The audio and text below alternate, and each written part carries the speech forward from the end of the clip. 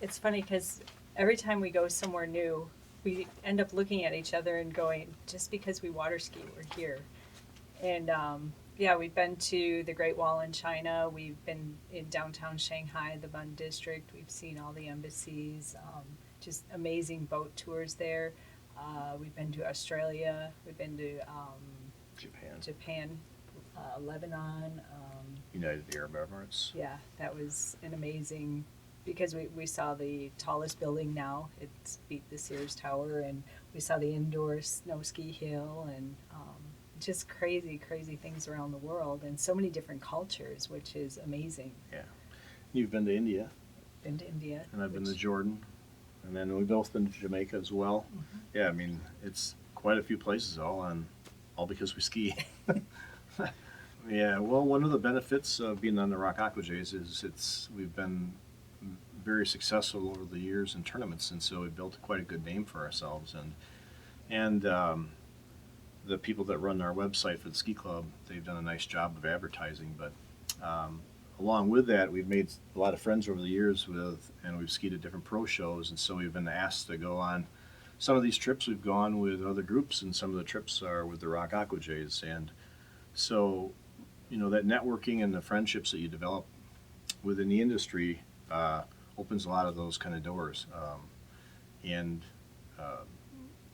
after we've developed our skills to the point where they were useful for those road shows and stuff, then we got quite a few calls over the years. Yeah, and it's kind of, road shows are different than like the Aquajay show at home, because you only have a certain amount of people and everyone's got to work well together. You have to be able to do things right out of the box. So we get there and they want this show done. So you have to be able to look at it, analyze it, and kind of think on your own, think on your feet, and pretty much do whatever the organizer wants you to do. If you don't adapt real well to that, if you're not real easygoing, I mean, travel for some people is really hard, because we'll get there and our days and nights are mixed up, and we still have to be on whatever schedule they set for us right away. So you kind of have to learn to be real flexible, easygoing, and just be able to take things as they come, kind of put your type A personality aside and go with the flow. And I think that has helped us a lot, because we're pretty easy at either giving directions or taking direction and being able to do what we're supposed to do. I don't know if I would look at it as a challenge. It's just trying to develop an understanding for what another culture has. Interestingly, what at least what we've found is people are pretty much people. There's some general fundamental things that if you try to follow and be a decent human being, that pretty much goes pretty well in most all cultures. Now, there are a lot of little idiosyncrasies along the way that we've learned and ran into and stuff, but it's been one of those, it's been a very rewarding experience to try all the different cultures and see how they do things, and try their foods and try to eat with chopsticks, and all those kind of things.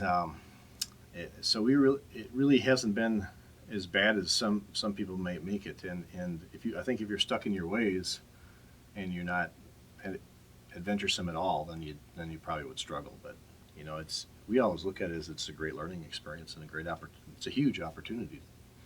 We've also, before we leave, we tend to do a bit of research. If it's a new, like the first time when we went to the United Arab Emirates, we weren't sure, do I need to have a headscarf on all the time in certain places? What's the, and because we end up going where a lot of times tourists don't go, we get into we're more right in the culture, where if you're a tourist, you're going to maybe just go to the mall and do that. Well, we're right downtown eating with the people, associating with them, associating with whoever is sponsoring the show and that kind of stuff. So it kind of puts us in a little different light. So we have to be really careful. We had to make sure as women, were dressed appropriately for them, so we weren't offending them. When I went to India, it was a little bit different yet. And some things I didn't actually understand until I got home. The whole time I was there, we always had to have a driver with us. We couldn't go off on our own at all. As women, the guys could. So those were things I didn't understand until I got home, actually, why they were so overprotective of us.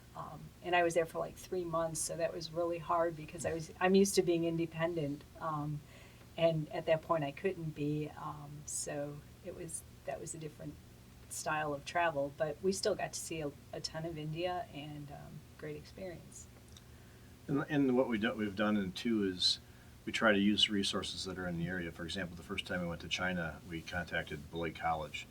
They have a fairly large population of Chinese students, and so we found a student there who really wanted to work with us and teach us the how to count to 10 and the basics of their currency and some general do's and don'ts and those kind of things, and some just so we could come kind of prepared, so we would at least try to fit in. Interestingly, we butcher the way we're supposed to speak and everything else, but you know what they really appreciate is, and this is pretty much all the cultures we've been to, if you try to use their language and you try to use their please and thank yous and those kind of things, they're pretty much good with it. They think it's a huge honor. So we've found that if you kind of prepare a little bit, it goes a long ways in establishing a good rapport.